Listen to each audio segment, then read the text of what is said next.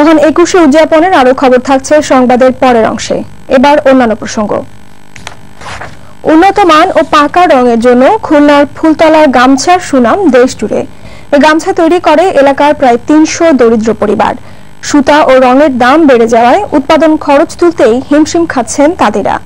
নাহিদ আঞ্জুমান নয়নের ছবিতে রফিউল ইসলাম টুটুলের রিপোর্ট।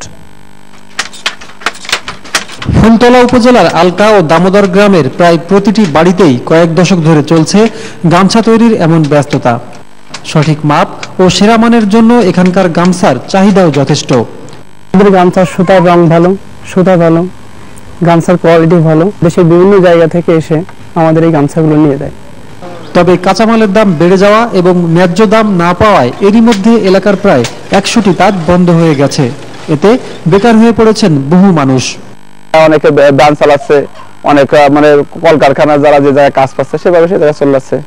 গামছা বিক্রি আছে ৮০ টাকা, এক মোড়া সুতা কিনতে লাগতেছে ১০০ টাকা। আমাদের লস ছাড়া লাভ আছে না, আমাদের খালি খাটাখাটনি সার।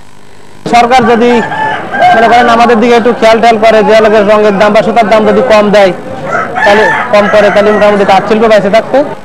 গামছাপল্লীর বাসিন্দারা বলছেন, ঐতিহ্যবাহী এ শিল্প বাঁচিয়ে রাখতে দরকার প্রয়োজনীয় পৃষ্ঠপোষকতা।